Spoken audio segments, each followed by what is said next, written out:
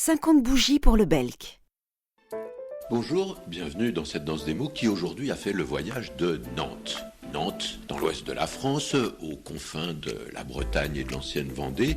Nantes qui accueille les sessions du Belk pendant tout le mois de juillet. Et le Belk est un organisme qui s'occupe de former des professeurs de français langue étrangère. Bonjour Anna et Victor, vous êtes tous les deux professeurs de français, vous êtes tous les deux espagnols et vous voilà à Nantes donc pour cette session du Belk. Comment est-ce que vous êtes arrivée là, Anna ? Oui, eh bien, moi c'est ma 3e année. J'aime beaucoup justement les modules qu'on propose ici au Belk. Et surtout, pour nous, c'est très important d'échanger des expériences avec des professeurs qui viennent de beaucoup de pays, de 52 pays, parce que ça nous enrichit énormément. Alors, qu'est-ce que vous échangez ?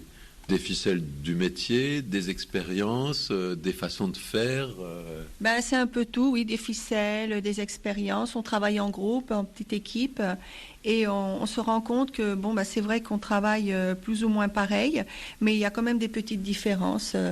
Et vous, Victor, vous êtes aussi familier de ces sessions de formation du Belk ? Oui, c'est ma 2e année ici.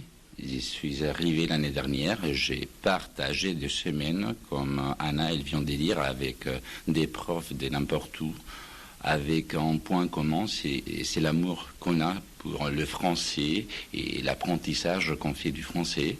Qu'est-ce que vous avez l'intention de faire à Nantes pour cette session de formation du Belk ? Moi, par exemple, j'ai choisi un module qui s'appelle « S'initier à l'enseignement du français de spécialité, le français du tourisme ». Je trouve que c'est très important puisque nous sommes le pays voisin et c'est vrai que les Espagnols voyagent beaucoup en France. Donc, avec les élèves, on fait des simulations, c'est-à-dire on leur demande de réserver une chambre d'hôtel, de préparer un voyage, un forfait.